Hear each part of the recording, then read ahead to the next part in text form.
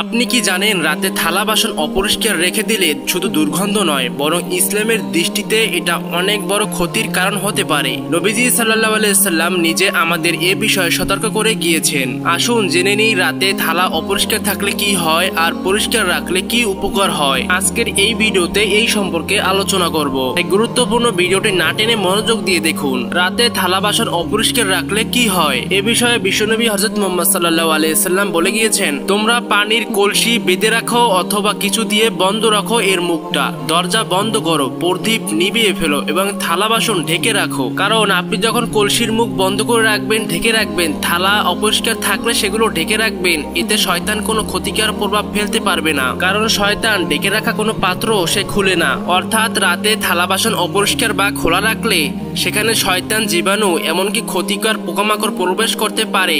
এর ফলে রোগ, অশান্তি আর দুশ্চিন্তা বাড়ে। প্রিয় ভাই বোন বন্ধুরা, এবারে আমরা জানবো থালা বাসন পরিষ্কার রাখলে কি উপকার হয়। এ বিষয়ে নবীজি সাল্লাল্লাহু আলাইহি সাল্লাম বলেছেন, তোমরা খাবারের পর থালা ও হাত পরিষ্কার করে রাখবে। খাবারের যে অবশিষ্ট অংশ আছে সেগুলো সবসময় পরিষ্কার রাখবে, কারণ এতে বরকত রয়েছে। অর্থাৎ থালা বাসন পরিষ্কার রাখলে ঘরে আল্লাহর বরকত আসে, ফেরেশতাদের রহমত নাজিল হয়, স্বাস্থ্য ভালো থাকে এবং সংসারে শান্তি থাকে। এবারে জানবো থালা বাসন কিভাবে পরিষ্কার করতে হবে। খাওয়া শেষ হওয়ার পর সাথে সাথে ধুয়ে ফেলা। রাতে ঘুমাতে যাওয়ার আগে থালা বাসন সব পরিষ্কার করা। যদি ধোয়া সম্ভব না হয় তবে ঢাকনা দিয়ে ঢেকে রাখা। মাংস বা মাছের থালা ফেলে না রেখে দ্রুত ধুয়ে ফেলুন। সব সময় রান্নাঘর ও ডাইনিং পরিষ্কার করে রাখুন। ভাই বোন বন্ধুরা, পরিষ্কার পরিচ্ছন্নতা ইমানের অঙ্গ আমরা সবাই জানি। তাই পরিষ্কার পরিচ্ছন্ন থাকলে সাংসারিক জীবনে এর কিছু উপকারিতা আছে, সেগুলো জানবো। ভাই ও বোনেরা, একটা পরিবার যদি পরিচ্ছন্নতা মেনে চলে তবে শুধু রোগ থেকে মুক্ত থাকে না,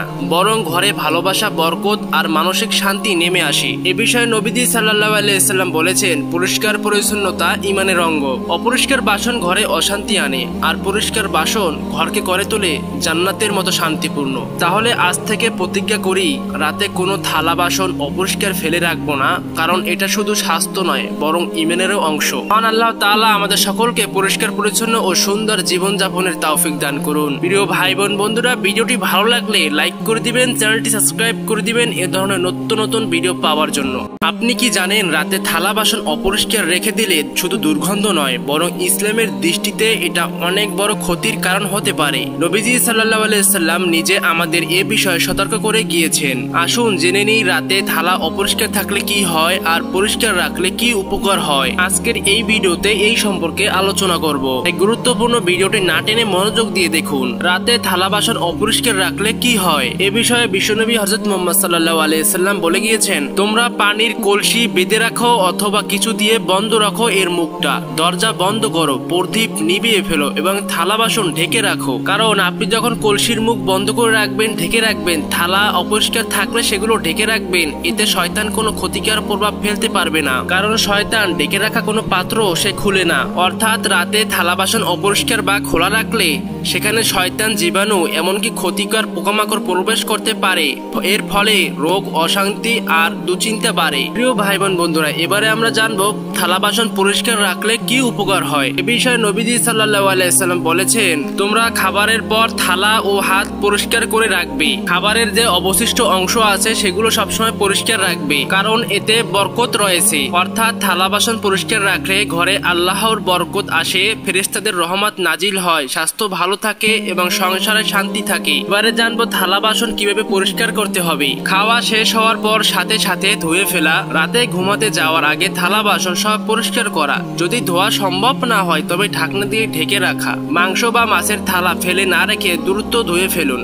সব সময় রান্নাঘর ও ডাইনিং পরিষ্কার করে রাখুন। ভাই বোন বন্ধুরা, পরিষ্কার পরিচ্ছন্নতা ইমানের অঙ্গ আমরা সবাই জানি। তাই পরিষ্কার পরিচ্ছন্ন থাকলে সাংসারিক জীবনে এর কিছু উপকারিতা আছে, সেগুলো জানবো। ভাই ও বোনেরা, একটা পরিবার যদি পরিচ্ছন্নতা মেনে চলে তবে শুধু রোগ থেকে মুক্ত থাকে না, বরং ঘরে ভালোবাসা, বরকত আর মানসিক শান্তি নেমে আসে। এ বিষয়ে নবীজি সাল্লাল্লাহু আলাইহি সাল্লাম বলেছেন, পরিষ্কার পরিচ্ছন্নতা ইমানের অঙ্গ। অপরিষ্কার বাসন ঘরে অশান্তি আনে, আর পরিষ্কার বাসন ঘরকে করে তোলে জান্নাতের মতো শান্তিপূর্ণ। তাহলে আজ থেকে প্রতিজ্ঞা করি, রাতে কোনো থালা বাসন অপরিষ্কার ফেলে রাখবো না, কারণ এটা শুধু স্বাস্থ্য নয় বরং ইমানেরও অংশ। আল্লাহ তাআলা আমাদের সকলকে পরিষ্কার পরিচ্ছন্ন ও সুন্দর জীবন জীবনযাপনের তৌফিক দান করুন। প্রিয় ভাই বোন বন্ধুরা, ভিডিওটি ভালো লাগলে লাইক করে দিবেন, চ্যানেলটি সাবস্ক্রাইব করে দিবেন এ ধরনের নতুন নতুন ভিডিও পাওয়ার জন্য।